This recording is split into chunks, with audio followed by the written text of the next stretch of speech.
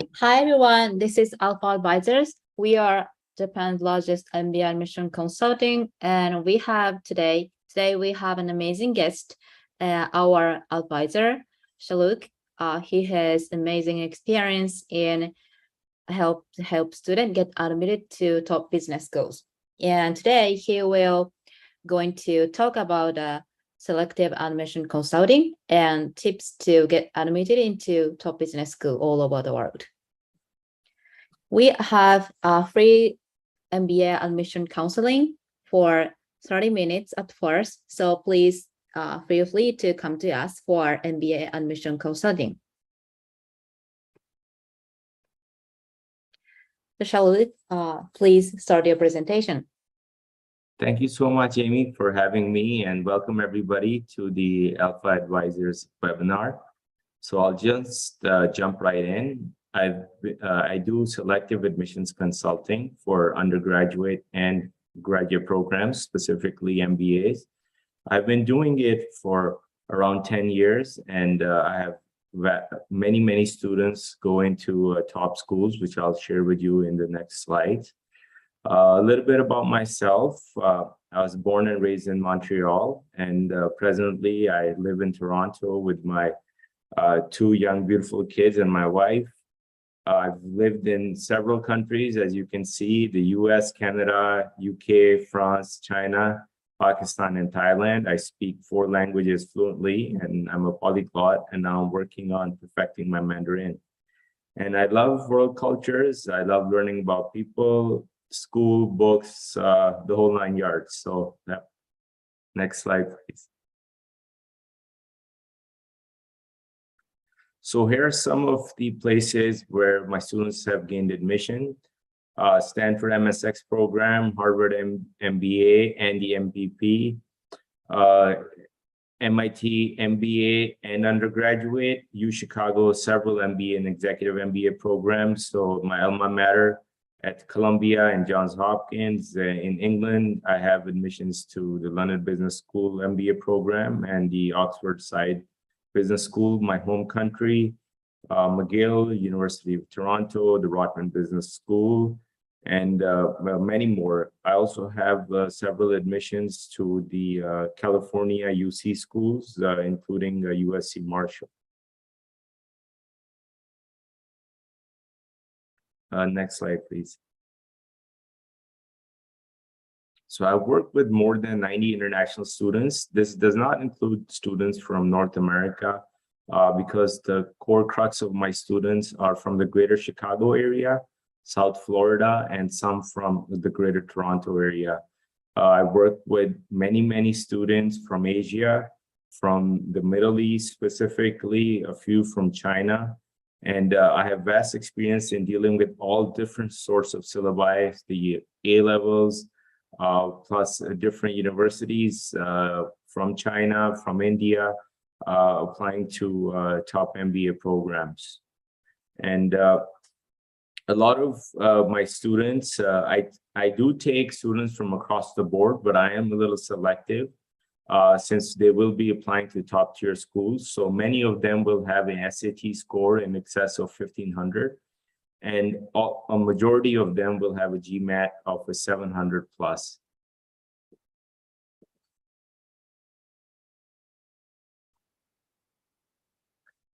So when it comes to MBA admissions, I'm just going to share a few things from the perspective of the admissions committee. What are they looking for? So the most important thing is your work experience. Specifically, where did you work? Was it a multinational company? Do you have global experience?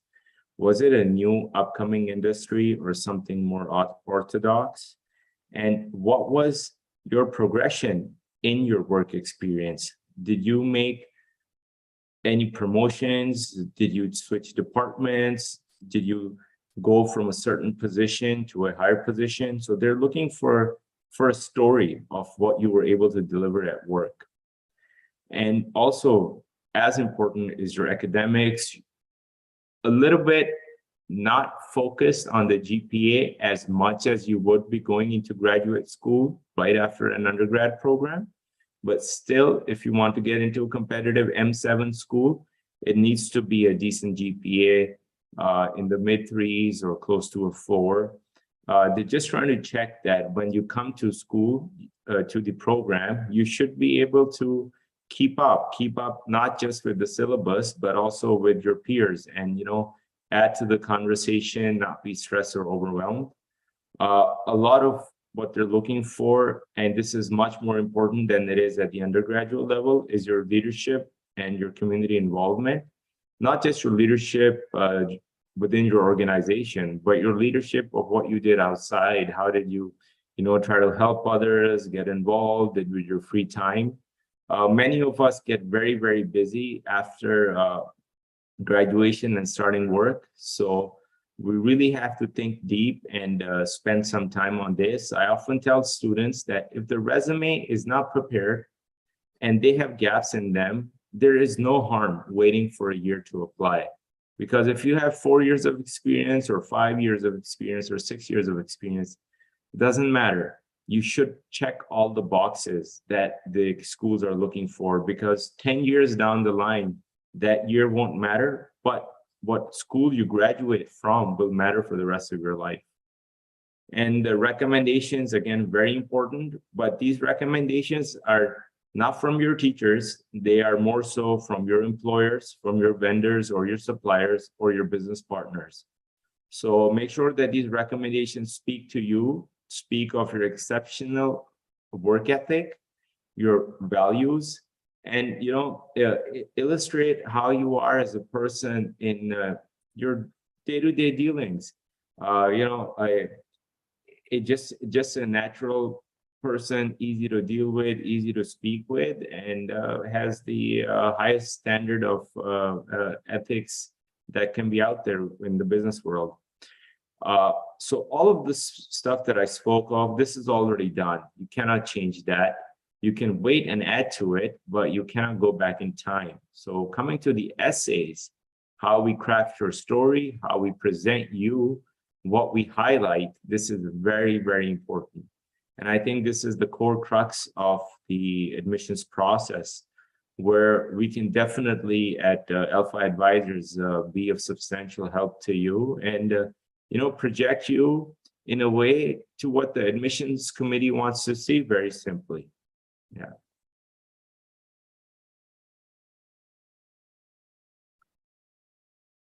So for the MBA essay, I'm just going to take a few minutes and a couple of slides to talk about what are the strategies, the do's and don'ts, and what the school is looking for. And specifically for the viewers, what you should be doing to prepare for them, because an essay cannot be crafted overnight. It has to be an accumulation of your story, which you need to put together and to provide. So first, you research the program of your interest. For example, at Columbia, it's one MBA for everybody. But there's no such thing as an MBA in finance or an MBA in marketing or any subject. Columbia has a standard MBA. And what you do with it belongs to you, even though it does have a lot of options of electives, different coursework, different curriculum, but that's their standard policy. So coming to the other MBA programs for the M7, you can do it, and as I mentioned, finance or marketing. One thing that's really hot these days is business analytics, something around statistics. So see what you've been interested in your past, what you've been doing with your career, and how would you like to carry that forward? Maybe you want to pivot, that's quite reasonable and quite possible, but most of the time when you are applying, it has more or less something to do with what you've been doing in your past. And identify key themes, what you've enjoyed and what you can bring to the school and add value with. And take a structured approach. We don't want to ramble. Absolutely. It's an MBA application. It's the essay is more of a statement than a narrative. And be authentic. Speak simply, speak clearly. You're already accomplished. They're going to read your resume, so you don't have to rehash that. Just tell them about yourself or what they're asking for. So this is a number of schools I normally recommend that students apply to. So about 8 to 10 schools in total. 2 should be safety with a lesser competitive GMAT score than you would have 3 to 4 schools, which are target schools. You should fall within the median GMAT range. And then 3 schools which can be a reach, which can be a little bit out of the GMAT range, or you're at the edge, and are highly selective amongst the M7 perhaps.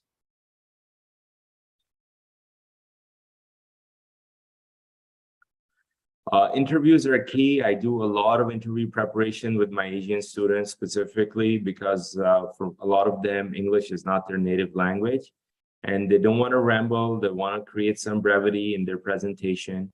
So when it comes to the interview, let the interviewer lead.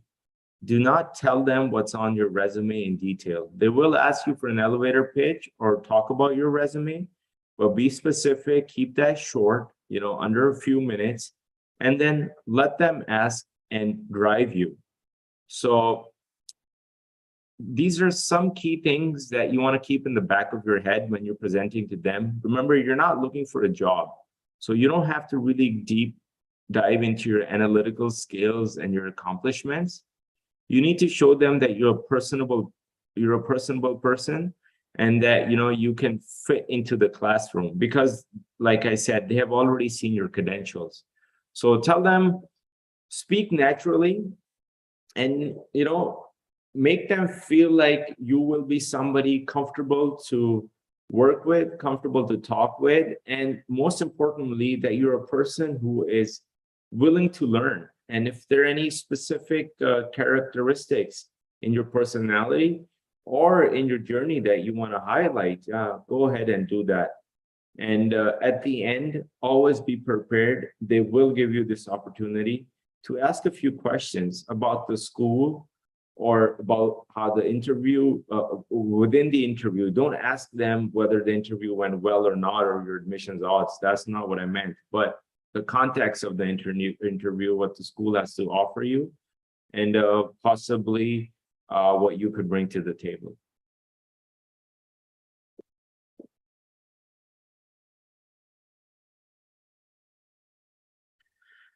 So this is, again, I'm coming back to the essay.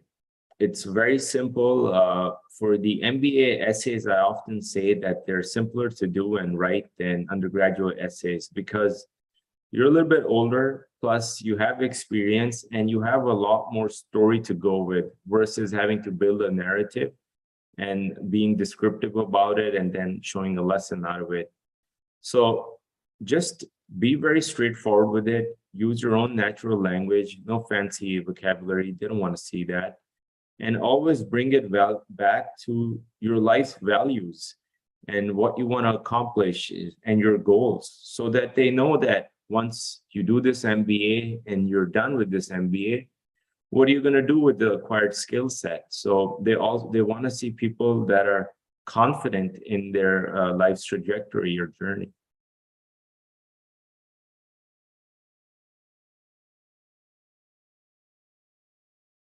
So this is overall about the application. There are many places where you can write, but the general theme is show what you care about. They want to know that, and show that you love learning. Talk about seminars, workshops, your past education, your current journey to sort of enlightenment, so to speak, and the future, like you're looking to do an MBA. So speak of that you like to absorb, and then you like to share. And also, it's very clear, like I said in the previous slide, you must ask yourself, why do you want to do an MBA? An MBA is not for everybody. Life can go on either way. It's not an undergraduate degree. So be true to yourself. Is it going to add value to you? And if it does, and if you feel confident, let the school know.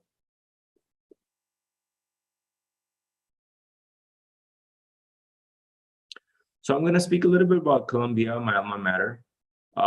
It's one of the M7 and top finance schools in the world, and they just opened a new campus, Manhattanville, which is beautiful. 2 gorgeous buildings that are, catering to most of all the MBA students. You do get to go to the old campus also, but the building is just state of the art. I don't have enough great words to describe it. And it has a huge venue for alumni. So once you graduate, you can go there, chill out, have alumni seminars, be involved in the community, talk to the students, have an opportunity to give and get back. So it's always wonderful and nice, and the views are just spectacular.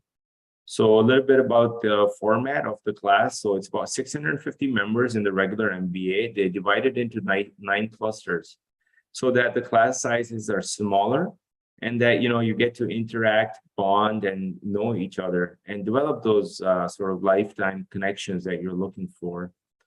And they have two other formats also, the executive MBA. So at Columbia, the executive MBA, all the formats that give the same degree as an MBA, a full-time one. It's just a format in which they teach it, because the number of class hours are pretty much the same as the normal MBA. You don't have a summer off, you don't have a winter off, and the days that you're in class are a little bit longer. So the MBA weekend has about 90 members. You do Friday, Saturday classes. It's mostly composed of people from the New York area. It doesn't have many international students. The global MBA is the one is most international. Around 40 to 50% of the class flies in from all around the world. It's a 21-week nonstop program, 21-month, nonstop program, about 5 to 8 days of classes a week, on either the Columbia Business School campus, alternating with the London Business School campus. And it has 90 members in it. At the end of it, you get 2 separate full-time MBA degrees from both LBS and CBS. And it's one of the most selective and prestigious MBA programs, not just at Columbia, but in the United States, just because of the dual degree offering with LBS.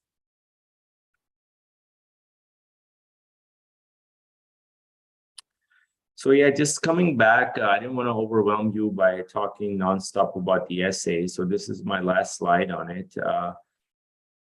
These are the don'ts specifically. Don't wait until the last moment. Craft your story, talk about it, talk to a consultant, write your notes, journal, highlight what's important on your resume. And don't approach the essay just by yourself. Seek help, be engaged in a conversation. Talk to your friends, your family, consultant, anybody, but it should be holistic. It should not be just tied to a corner or a certain period of your life. And reuse a little bit about the content from the other parts of the application. That's absolutely fine. I mean, don't rehash, don't do too much overlap, but it should all connect and tie in together. When they see it, it should look like it's the same person. When you talk, if there's some highlights in your resume, feel free to put those back in there. Don't use, so this is a typo here, but I'm sorry about that, but don't use complicated vocabulary. Use simple language. The reason is that they want to hear a person talking. They're not opening up a grand novel and want to hear it. They don't want to hear any prose. And be authentic, like I was mentioning earlier. Use your own voice, and don't overwrite. So an example is the Harvard Business School essay doesn't have a word limit, when in reality there's a limit. The admissions officers over there are looking at around 10,000 applications. They do not want to listen to you or hear you more than what's necessary. So I often tell students to limit the words to around 700 to 1,000 tops, and that should be enough for a person's story, because they have your resume, they have a lot of other information, so you should be good. So good luck. That's the most important thing you need in the application process. And thank you very much. I'm happy and open to answer any questions. At Alpha Advisors, I'm fairly accessible. And even during the application process, it's quite an intimate process. I love to build connections with my students. And I was telling Amy earlier, I come from a very successful corporate business career. I came back I always wanted to do teaching, and I'm glad that I had the opportunity to, do this. I often share this experience with my friends and colleagues that my undergraduate application essay to Johns Hopkins was actually about being a teacher. So I'm lucky enough that after 15 years in corporate life, heading a multinational company, I am able to pursue my passion. Thank you so much. So there are several questions from audience. So let's move on to the Q&A session with audience. The first question is the selecting schools. If I have more than 10 years of work experience, should I consider applying to MBA instead of MBA? This is a very good question, and I would say absolutely yes. Because the truth is, when you're applying to an MBA program, you're not applying to get the knowledge from the professor. You're applying to be in a classroom with like-minded, experienced professionals who have similar age and experience. So honestly, at 10 years of work experience, there are people in the MBA program full-time, and that's absolutely fine. But that is not going to be a place where majority are at your professional level. Definitely go for an MBA program. And if you're wary about the degree, you can do the one at Columbia, for example, or Chicago, for example, or Wharton, for example, where the MBA degree is actually a full-time MBA degree. It's just the format of teaching is different, and the class room is going to be up to your level of 10 years plus experience. Okay, thank you. So generally, how long does it take to finish essays for one business school? Well, so that's also a good question. It depends on mainly the essay topic. But for a lot of the M7 business schools, I would say that give yourself at least 45 days, to put the story together, to think, to go through a few drafts, to have conversations with your consultants, and, to sort of not have too much overlap with your resume, but it should be all encompassing where everything connects. Okay, thank you. Okay. So the next question is about campus visit. If I plan to go campus visit, when would you recommend to go and meet the admission, such as before application, etc.? So a campus visit is more so a personal visit of understanding, the facilities available to you over there, a little bit about the course insight, because the person speaking to you is not generally a professor or has much relevant course experience. But they will give you a broad insight on what campus life will be. And like I was mentioning, the facilities that are over there, the structure that they teach in, and some of the perhaps the famous professors or the out-of-campus options that they have. But there's generally, the MBA application is year-round. So you should try to make the visits much in advance, because what I normally say with visits is the more visits you have, the better, so that you yourself can sit and decide which geography suits you better. Thank you. So the next question is the MBA itself. Is MBA still worth, do you think is MBA still worth the money in the digitalized era? That's a very, very good question, and we debate all this time. So look, the simple answer is, look at the average pre and post MBA salaries. There's a substantial difference. And also, if you're going to a selective top 20, top 30 school, or M7, if you're lucky enough to get in and finish your degree, it's a lifetime achievement. It's not only for you, it reflects on your entire family, your parents, your kids, your spouse, your siblings, perhaps. So it's something to really take home with you. And education is a lifetime pursuit.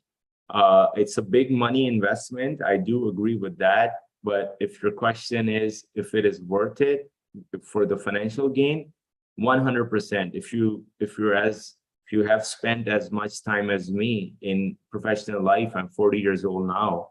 Going back, if I had not done the MBA, would I be in a position where I can now be more relaxed, teach, do everything at my own leisure? No. So don't measure it how you would 2 years after graduation, 3 years after graduation. That would be the wrong metric. Measure it minimum in 10 years where you'll be, and for the effect that it will have on the rest of your life. Okay, thank you. Great. How can you assist me in correcting my essay and resume? If I am considering applying now, how long will it take to complete my essay, resume, and letters of recommendation? So if you're talking about the whole application, I generally recommend that you apply in the earliest round possible. Many schools will say it doesn't matter much, but to be honest, I have seen that it does make a difference. And the schools that do share statistics, you can see that there is an advantage to applying early. How long does it take? Minimum, I would say that you start preparing well in advance of 3 months. To gather everything, to talk to your recommenders, to have all your resume, your documents together, and start going with that. If you are crunched with time and you're trying to get to a deadline, yes, we can help you prepare. We can do it within a month to 45 days, but will you have the best application with that? Maybe, but yeah, start preparing as soon as you can. Yeah, thank you.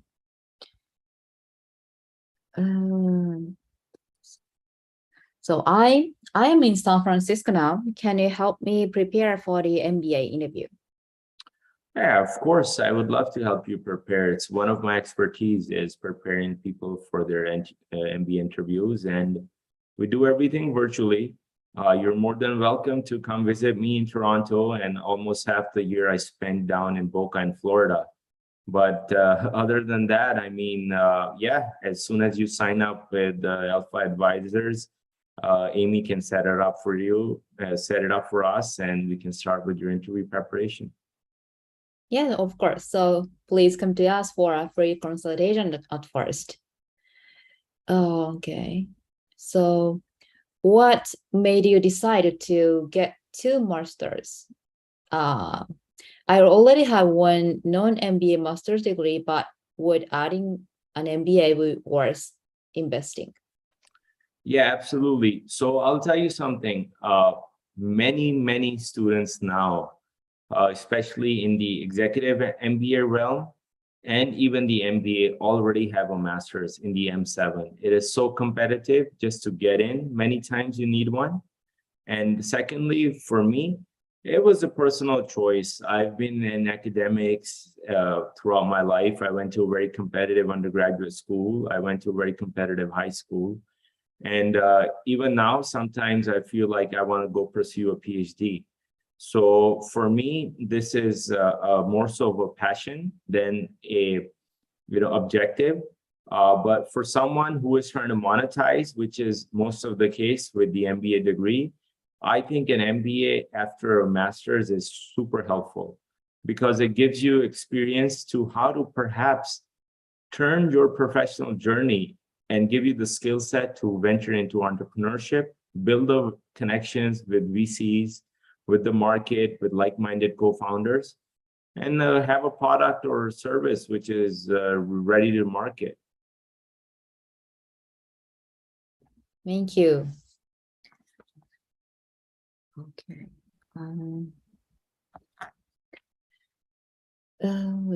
So this is the last question. Maybe, do I still need to be a top university graduate and work for a company like GAFAM to get into M7 schools? I graduated from a state university and I'm working as an accountant at venture company. So I have very good news for you. When it comes to the M7, they are very careful about having a balanced intake from all different type of schools. You're not going to have everybody in the M7 from the IVs or top universities. They're going to have like 20-30% from state schools, 20-30% from middle tier schools, and the remainder from top schools. So if you do it well at your school, and if you have a great job, 100% you have a decent chance of getting in. And you should be applying. Just to check, you can search it up on the internet and see that see the balance that I'm speaking of. Thank you.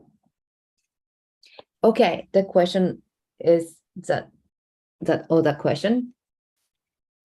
Thank you so much, Amy. So the last thing I would like to say is, do not forget, GMAT is one of the most important things. Test optional really does not mean test optional when it comes to all these top schools. So please prepare, and good luck. Yeah, thank you so much. And yeah, you can talk to Charlotte at first in our free consultation session. So please come to us to get free counseling for 30 minutes. Thank you for listening, and please subscribe our channel. Thank you.